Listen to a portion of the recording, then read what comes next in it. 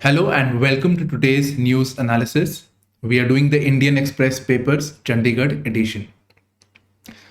The topics that we are covering in today's news analysis have been mentioned over here. Besides, what I have done is I have marked separately with different ink as to what is the priority area on those topics. Now coming to the front page, we have the convening, the special session of the parliament will begin from today. So it will begin from today. And we have the last day in the old parliament. So new building, the session will start from tomorrow. Okay.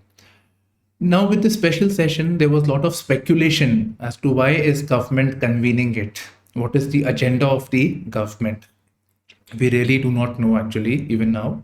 All we know is that government has listed 8 bills that will be taken up. And the name of the 8 bills, you need not bother to read all this, are mentioned in this Economic Times paper.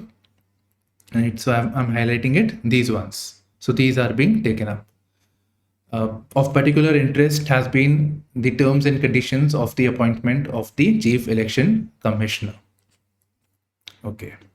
So that is there. I think we will do it separately. These topics we will do separately because special session they are being covered. So obviously these are more important, have to be covered. Next is Prime Minister launches scheme to support traditional artisans. This will provide them training and guarantee free loans. You see, we're getting the objectives of the scheme over here. Okay. So training and guarantee-free loans. Guarantee-free loans may also be known as collateral-free loans. These loans will be provided at 5% interest. Okay, you already know, right? The name of the scheme, I've shared it on the Telegram. So this is the Vishwakarma scheme, PM Vishwakarma Yojana.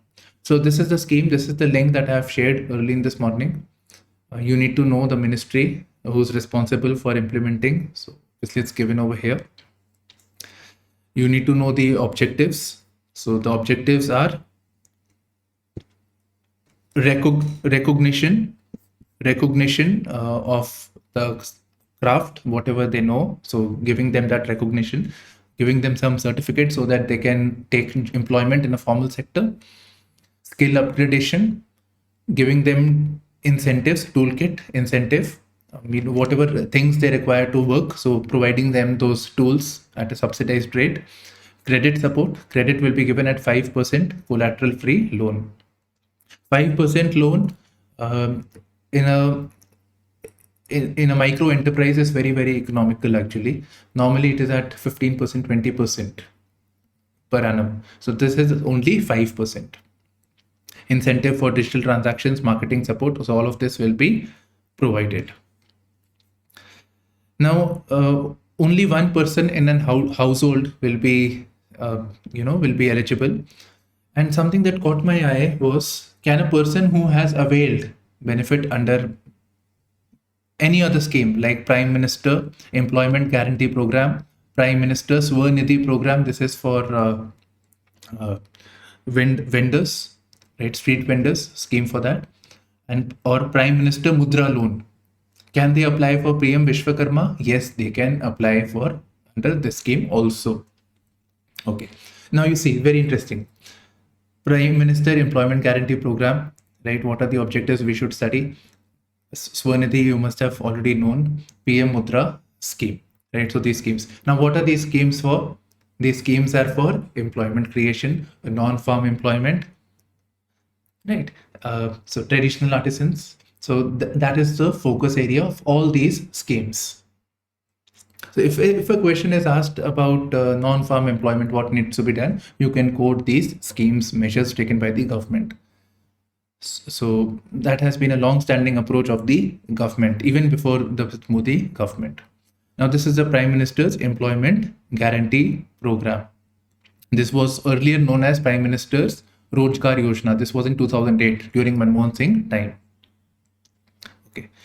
And it says that one of the objectives is to create non-farm employment. That is a key concern for us, that we need to move out people from agriculture to non-farm employment we need to create. So one is creation of non-farm employment. Other concern is creation of formal sector jobs. So both I will be discussing, right? So non-farm. In fact, I have actually discussed this on the Telegram channel, the discussion channel that we have. I have mentioned the pointers on that also. And coming to the formal sector, that we will do it in the economy section. Right, so this I think I have shared. You should know basic implementing agency. So that is Khadi Village Industries Commission. So that is responsible. And at the district level, it is District Industry Center. So like that, there are bodies. So these two, I have shared this link already with you guys. Okay. Next, brains behind 5G rollout. And the IIT Kanpur Director is now the secretary of, is the secretary of this department, Science and Technology Secretary. Why is this important? Normally, these secretaries are IAS officers. IAS is generalized, they have generalized rules. It's not a specialized role, but here we are seeing a specialized role being given at the secretary level. This person has been taken. He's not a bureaucrat, career bureaucrat, but a person associated with science. So non-IAS person, specialized role. So that is being a priority of this government. Besides, we can always talk about lateral entry of civil services in the examination. For an analysis.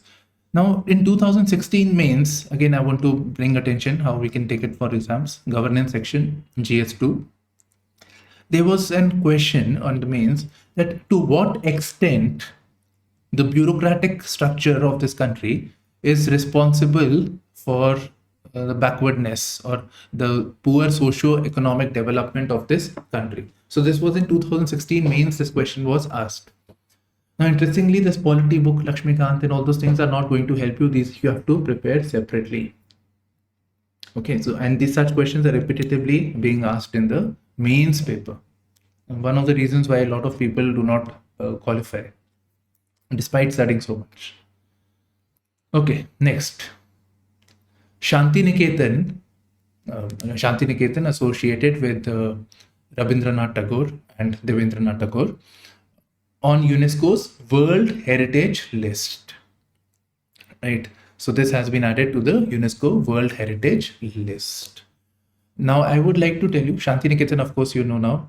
So I would like to tell you the sites that are mentioned under UNESCO World Heritage List are by default important.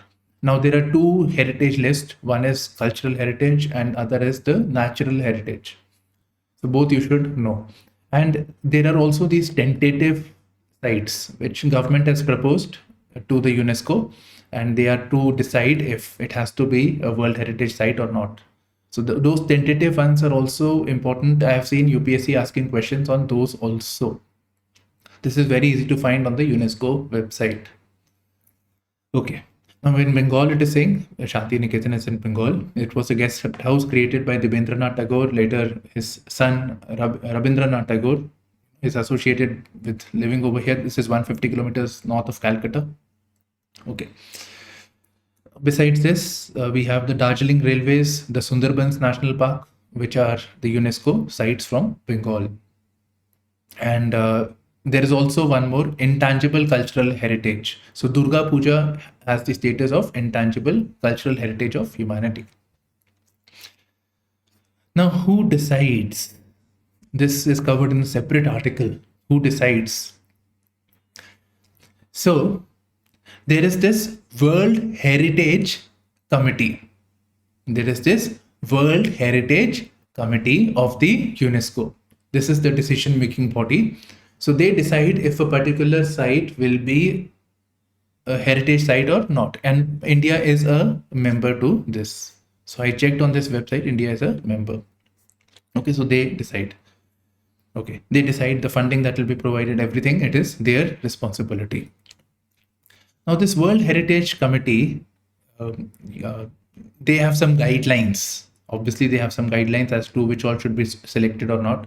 So these guidelines are framed by this organization, ICOMOS, International Council on Monuments and Site. This is a non-governmental international organization. This is an advisory body to the World Heritage committee. These are things that UPSC can actually ask you in the pre-paper.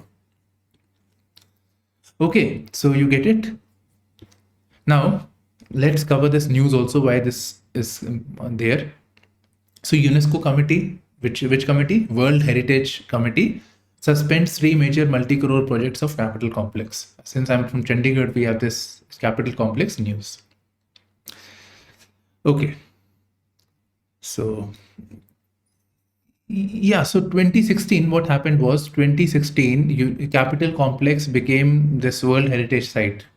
Right, this capital complex was designed by the person who was the architecture of Chandigarh. It was his mind, it was his idea. Okay. Now this World Heritage Site, it was planned that new projects should come into picture. New projects like the Punjab and Haryana High Court, tapestries, courtrooms, right? So new buildings were to come up, simple. So permission was denied by the World Heritage Committee for this. Why? Because it does not comply with the ICMOS guidelines. And ICMOS is again mentioned in this article also, and it was created as a result after the adoption of the Charter of Venice. So Charter of Venice is associated with this. So again, Charter of Venice is associated with which of the following ABCD? Or ICMOS is associated with which of the following, and some charters are mentioned. I hope this concept is clear. Moving on. A Himalayan disaster and its aftermath. Okay, so Himalayas, we know landslides, floods, etc. took place. So there is a big analysis on this. By the way, we have been discussing this. So let's quickly cover it. You can see I've just mentioned the important pointers. So in Himachal Pradesh, there were floods. A lot of rains took place. As a result, floods took place, flash floods took place. Okay, that triggered landslides. And because of the landslides, even the buildings collapsed. We have seen videos on the social media.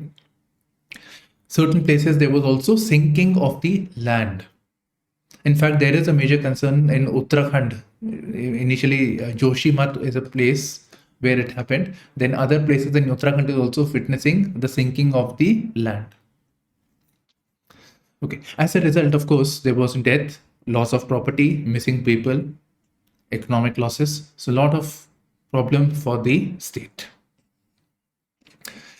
Now the big question, is this a natural disaster or a man-made disaster?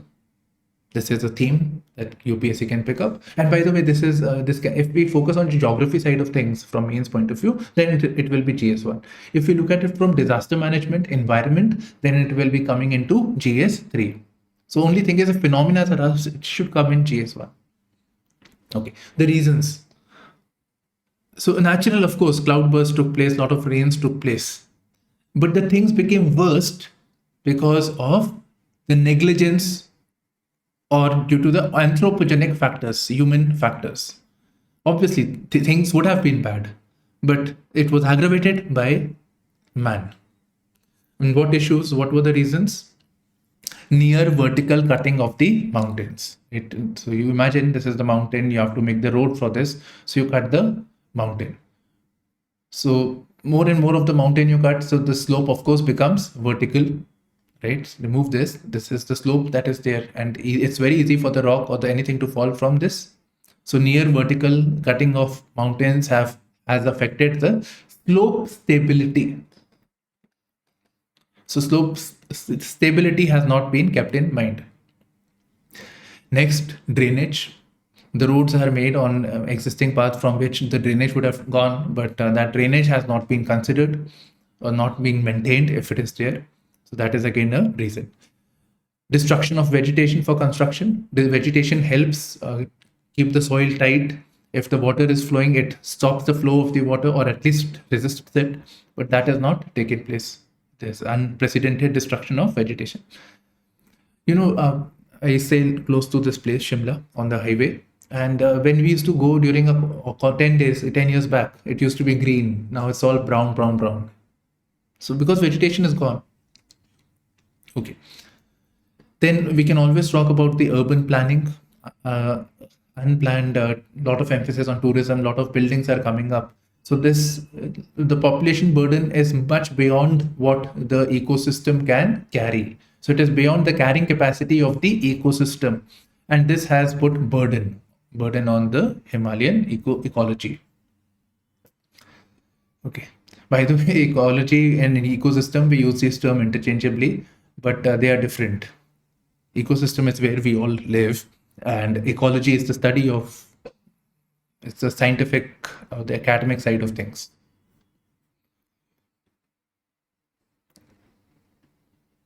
Okay, just a second. Women reservation one vote.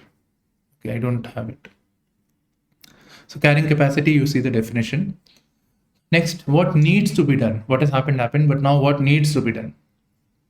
So first of all, we need to make policies. We need policy reforms. We need to re-evaluate developmental strategies.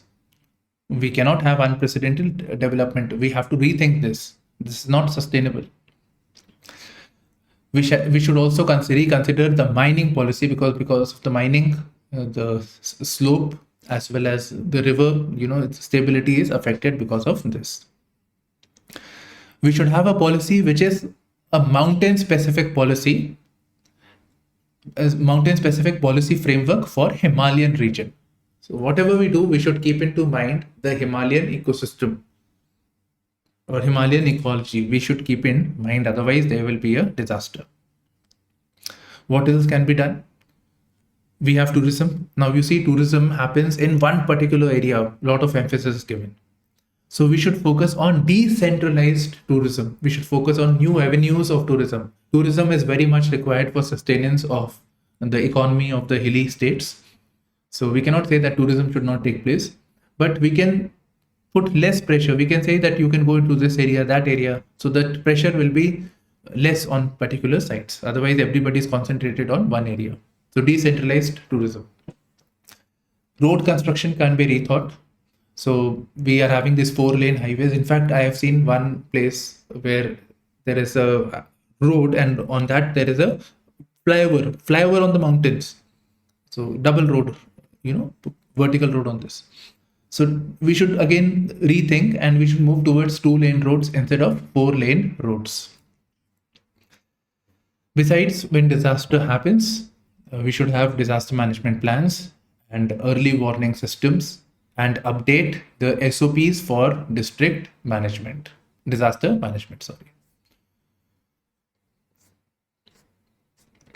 So these are the points. I think you should just take a note of this thing. Easily you can write it for any answer. You will be well prepared. Okay. Next is, this is about Lok Sabha. So 75 years of Lok Sabha. Right. So some data that we have over here, let's analyze this. So first one is, on average, this Lok Sabha is older than the first. This Lok Sabha is older when they say that Lok Sabha is aging, it means the members of the Lok Sabha are elderly or aged.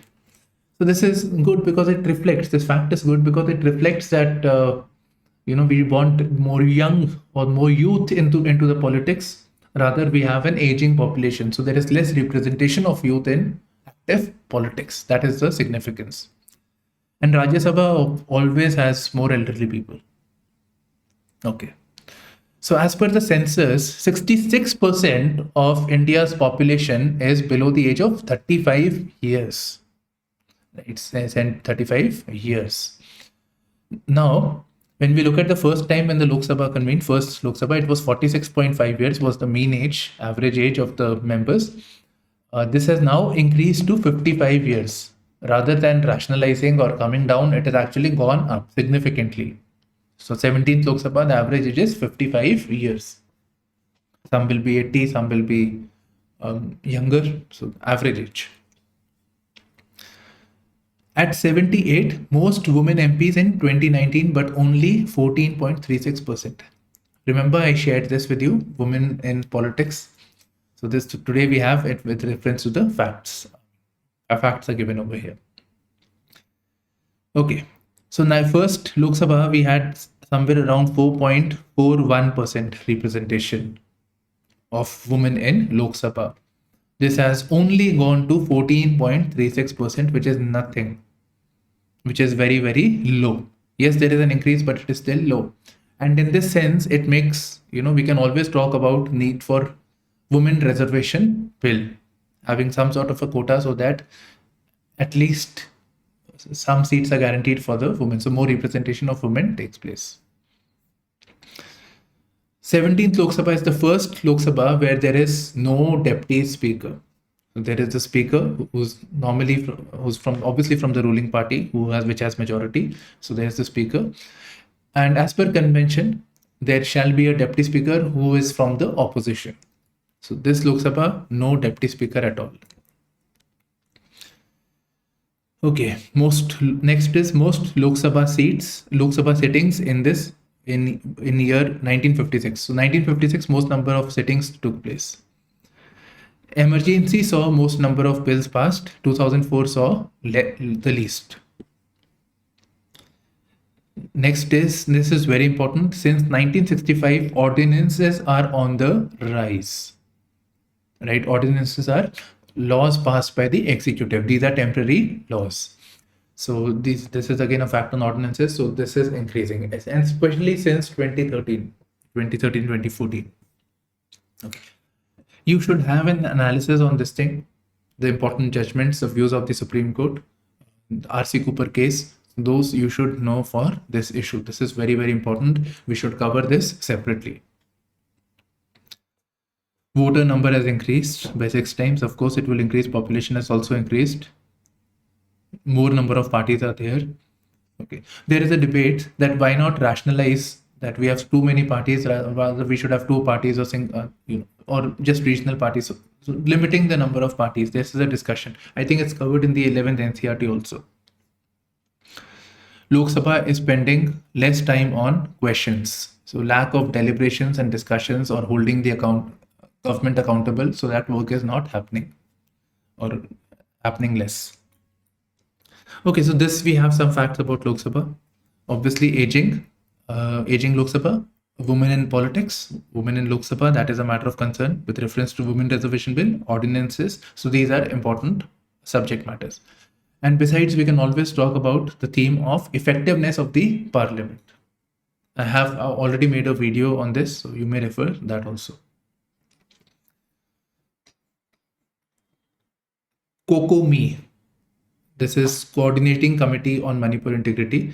This is a non-state group which is to reflect upon the interest of the Meiteis population in Manipur.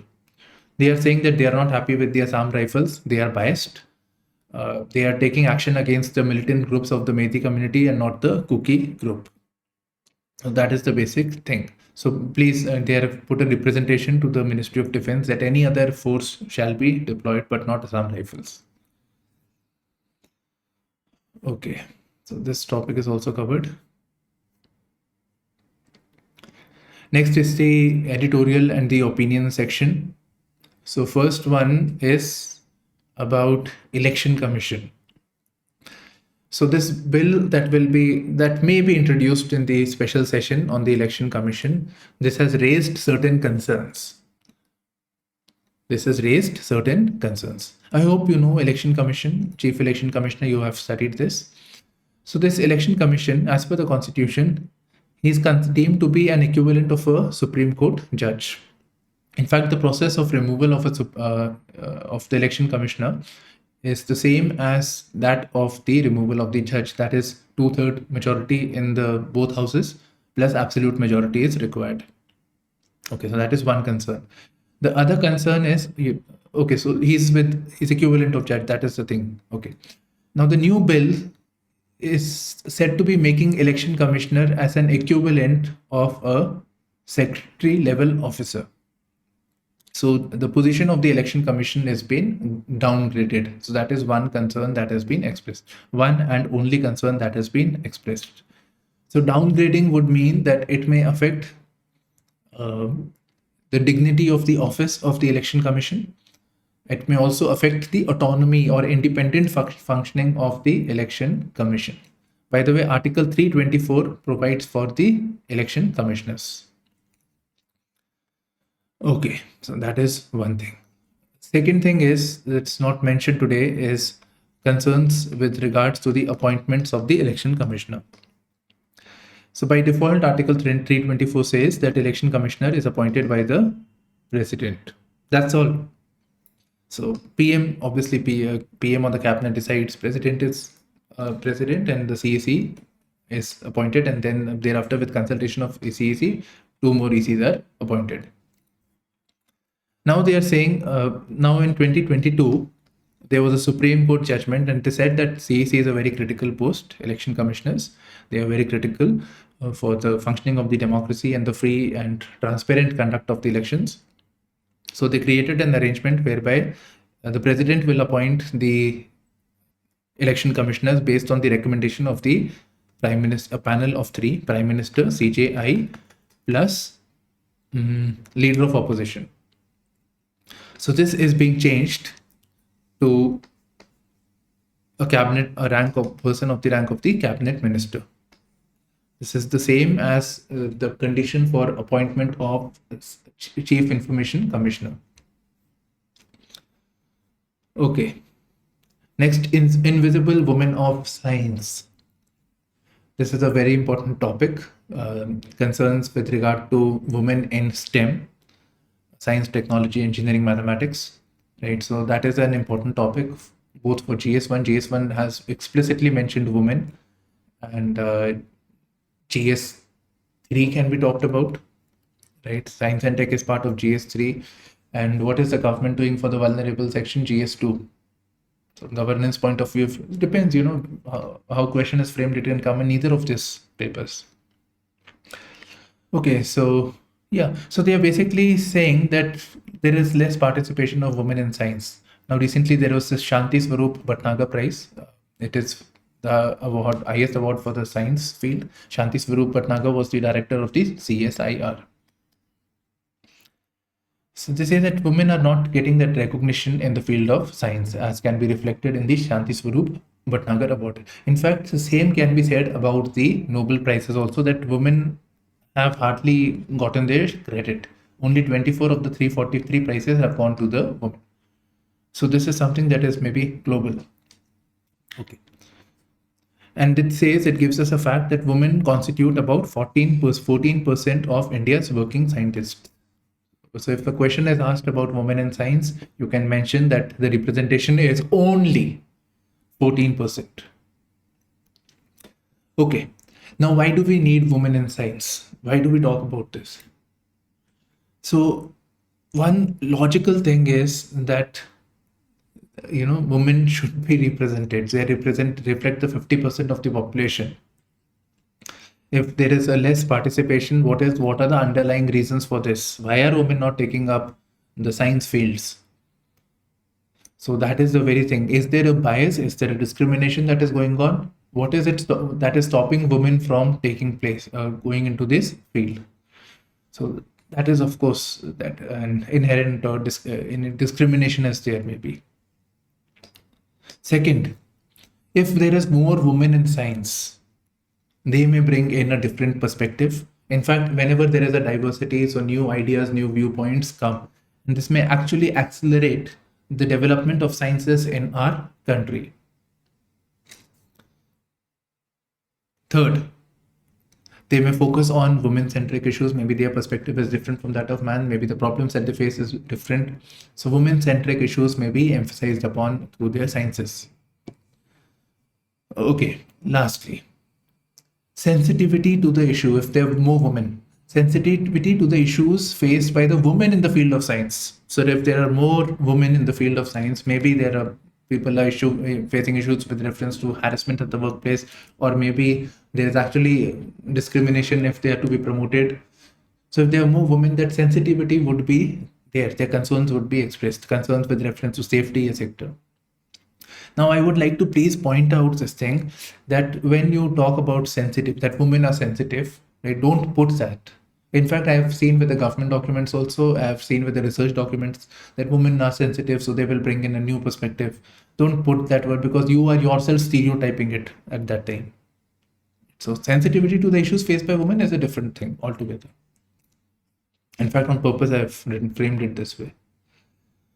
Now, what can be done? Women in science discourse has increased, more accountability is needed, career-oriented approach has to be there. All those things are mentioned. Now, what is the government doing? The PIB. So we have a scheme known as Kiran, Women in Science and Engineering, Kiran. So it is by Ministry, Department of Science and which ministry it is? It has to be DST, Ministry of Science and Technology, yes. So Kiran is for women who have taken a break in their career. So they can re-enter and pursue research. They have this India-US Fellowship for Women in STEM is there. Besides, there is this Curie program, Consolidation of University Research through Innovation and Excellence program. Then there is Vigyan Jyoti for meritorious goals in school level, class 9 to class 12. So at the school level also target that women should take up science further. Then Gati, gender advancement for transforming institutions. So having gender sensitive approach and inclusiveness. Then there is this SERB power, right? So there are a number of these initiatives that you can find from this PIB. If I haven't shared, I'll share it again on the Telegram. Next is the health of nations. This is a very, very important topic. Very important topic. I think I didn't mention in that thing at start of the analysis. Okay. So the health of nations, the basic focus is on the global governance on health issues. How is the world collectively dealing with the health issues? And the shortcomings were quite visible during the handling of the COVID crisis or the pandemic. Okay, so let's do this one by one. So first thing is, what is the objective of global? If you're talking about global governance on health issues, so what should be the objective? So the objective should be that all countries, all populations have access to quality healthcare, medicines, etc., quality healthcare. So universal and equitable access to healthcare. So that should be the focus. US, etc., can manage well. India may find it difficult. There are some sub-Saharan countries may find it even more difficult. Next, this I have added One Health concept. So that is a new concept that emerged during the pandemic times. So One Health concept. So this is basically saying that collectively human health across the countries, we should all focus on that, because if there is a disease in one place, it may move to another class of people also. Environment may affect us. Environmental health is central to human health as well as animal health. COVID came from the bats were consumed by the humans, right? So collectively has to be seen. Foot and mouth disease, which is associated with cattle, has affected infants, small babies. So One Health approach. So these two you can mention. So these should be the ideas of the global governance framework. Now, what is the present arrangement? So presently, of course, we have the World Health Organization. World Health Organization is structure, General Assembly, etc. So that is there. It issues advisories from time to time. It provides for medicines that that arrangements, all that it does. Then we have next is international. Here it is mentioned over here. International Health Regulations Legal Framework. So that is there. Besides, we have, so this came during post-SARS. Then we have Influenza Preparedness Framework, that was post H1N1. So legal arrangements have been made for how countries would collaborate in case of a health emergency. Then we also have World Health Emergency Program known as Ebola. But despite all these frameworks being there during COVID, nothing worked, right? Okay. In fact, during COVID, they came up with COVAX, an arrangement where each country with its core competency will address collectively the issue of the coronavirus. So we saw that independent interest of the countries. For example, Europe, Europe said that we will not give you N95 mask, which was required to protect oneself. The countries which were making vaccines, they said, no, we will first cater to our own population, then we will export if we have surplus. So that collaboration thing again collapsed at that time. In fact, let's say when the first time when the COVID was to be, COVID came in China. So at that time, it was not declared as a emergency. Then it was not declared as a pandemic by the World Health Organization. It was when the things got out of hands at that time they said. So probably, it was alleged that World Health Organization was acting on behest of China at that time. So serious allegations were raised. And in fact, it was that time that the questions were raised about global governance on health issues. So same thing is being repeated actually, but here we have some quality points. Okay, now what are the issues? Issues are governance gaps. You have all these frameworks, implementation is not there. Okay. Now these frameworks that are there, they are designed in such a way that it favors the global north, right? So there is dominance of the global north, and their preferences are obviously pushed ahead at the expense of the global interest of the global south. Then geopolitics and domestic politics also play a role. For example, during the vaccine times, all countries said that, see, we have vaccines, we need to first look after our population, then we will give you. So under COVAX, it had to be shared, but those agreements had stopped. Right, so we can collectively aggregate these points and you have an answer ready. These two I'm not doing today. A time for South-South learning, that is India and Africa, how they can deal with food and nutrition issues. We will get another chance, that time we will cover. I would say that in India's case, I mean, UPSC will not really ask you India, Africa, but we can expect a question on malnutrition in India. So that time we will cover. Cheetah introduction again. We've already covered so many editorials today. Okay, coming to the international section, the world page. This is concerning China and USA. So there is a bit of a mistrust between China and US, not mistrust, big trust deficits. So previously we had Commerce Minister from US coming to China, Secretary for Commerce coming to China. They had talks. Now we have US, NSA and Chinese Foreign Minister saying that they will keep dialogues open, they will keep talks continuing despite the tensions between the two countries. H-1B visa. It is normally given to these IT professionals. So people who have high technical skills, though they are called to America, they are allowed to work in America. This is a work visa. So the presidential hopeful Ramaswamy of Indian origin, from Republican Party, who says America first, he says that H-1B visa, he will finish it. This is an indentured servitude and he wants to end it. Okay, fine. So he wants to end H-1B visa, on which maybe some other arrangement would be there after this. Okay. Now, what is this indentured servitude? So I was wondering, what does this actually mean? I mean, servitude is one of the values also that we study in ethics. So, yeah. Okay, forget it. I'll just explain. Indentured servitude. Indentured means like we talk about indentured labor. Indians going to, forced by British to work in, let's say, West Indies or any other place. So they were forced. So indentured servitude is basically referring to a phenomena where labor from outside country, people from outside country, they said that we will come to US at any cost. And once we come, we are willing to work for you free of cost as a slave. So that was indentured servitude. Here it is mentioned. Okay.